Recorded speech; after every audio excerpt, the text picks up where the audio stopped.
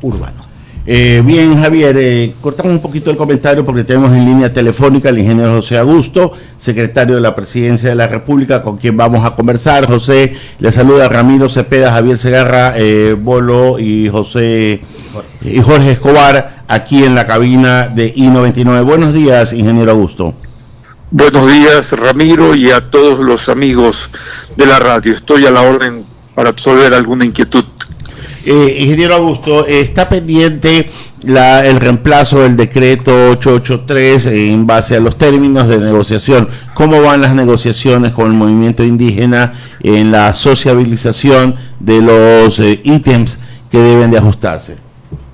Gracias, Ramiro. En efecto, a partir de la reunión que tuvimos el domingo pasado en San Patricio de Cumbayá y con el apoyo como garantes de las Naciones Unidas y de la Conferencia Episcopal Ecuatoriana, mediadores para ser precisos en el término, hicimos unas reuniones técnicas para precisar el alcance del decreto que reemplazaría al 883.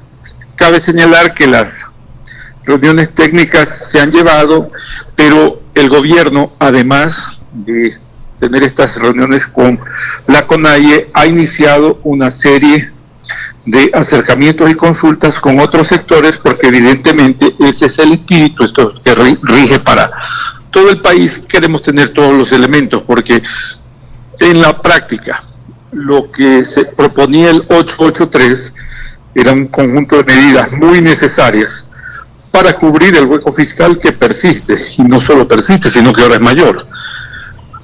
Por lo tanto, esas decisiones deben de ser consensuadas y tomadas con la participación de la mayoría de los sectores. Un poco corregir lo que en el pasado un poco se saltaron el procedimiento, pero en buena hora que se rectifica. Ingeniero Augusto, hay un proceso de cambios dentro del gabinete. Sin dar nombres, este proceso se está dando, está el presidente evaluando qué ministros podrían ser reemplazados y quiénes podrían ser sus reemplazos.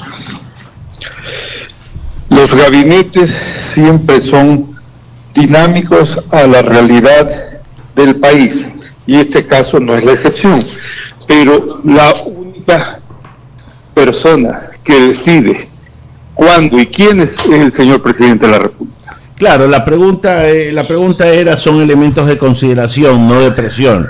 Yo entiendo el dinamismo, pero el dinamismo está cerca de sus tiempos o lejos de sus tiempos. Ese era un poco el meollo de la pregunta. Sí, o sea, el análisis existe, evidentemente.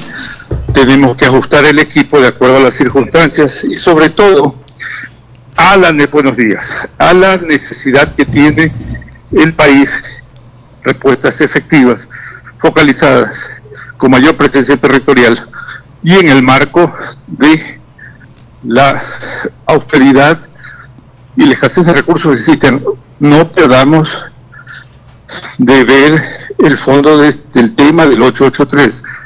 Hay un hueco fiscal que hay que solucionar y esas son las decisiones que tomará el gobierno. Está retrasando ese tema del 883 y acuérdense que tenemos pendiente también de enviar la proforma presupuestaria 2020 a la Asamblea Nacional, para lo cual necesitaríamos tener resuelto el 883B. La proforma se está formulando, pero lo importante también son las señales y acciones que tenemos que hacer a través de esto. ¿Me escucha, doctor? Sí, pero todavía no tienen fecha para mandar la proforma la proforma. Nosotros estamos formulando la proforma y las decisiones que nosotros tenemos que enviar un presupuesto lo más equilibrado y manejable posible para dar señales en la medida que hemos venido dando.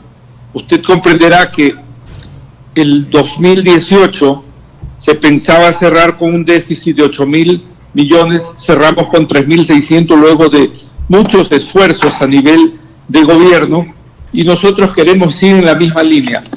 Una de las muestras de unas finanzas públicas sanas es tener un presupuesto manejable y equilibrado, que es lo deseable, y esa es la línea del presidente Moreno. La salud económica de la patria es interesante. Y un poco para definitivamente, más aún cuando tenemos un elemento que no controlamos y que muchas veces se quiere desestimar, que es tener una economía dolarizada.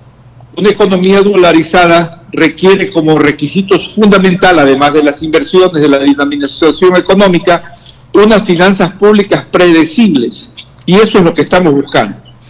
Qué bueno, ingeniero Augusto. Y la última pregunta, pues sabemos que tiene que movilizarse hacia una reunión, es el tema de la seguridad interna del país. Se analizaron determinadas cosas que estuvieron fuera de contexto, fuera de una protesta válida, probablemente justa, pero no necesariamente bien enfocada. Se está evaluando todo lo que sucedió en el tema de las insurgencias, porque no fueron reclamos.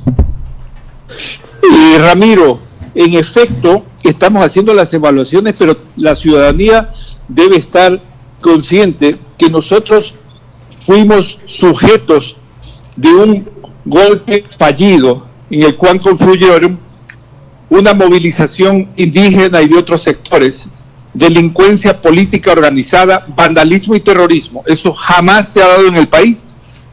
Con cabeza fría estamos analizando todas las circunstancias, tomando las decisiones que tenemos que tomar, reenfocar lo que debemos reenfocar, pero esto no fue simplemente una movilización. Y este es un efecto que, como lo decía Javier en su análisis, se está generando también y replicando a nivel territorial, a nivel continental. No hay que perder de vista eso y los elementos comunes que se han estado dando en este tipo de manifestaciones vandálicas. Ingeniero Augusto, queremos agradecerle por habernos atendido. Sabemos de su apretada agenda y lo comprometemos para un futuro cercano que visite su ciudad natal. Nos acompaña aquí en la cabina de siempre diálogo. A la orden, Ramiro, y aprovecho para felicitarlo por el triunfo en el Clásico. Usted sabe que somos amarillos igual que usted, ingeniero Augusto. Que tengas un buen día, Pepín. Me equivoqué con Iván, un abrazo. Chao, chao. Era el ingeniero José Augusto Briones, que es un querido amigo, pero en una entrevista bastante interesante aquí en la mesa de diálogo. Wendy, ¿usted tiene algo? Sí, yo tengo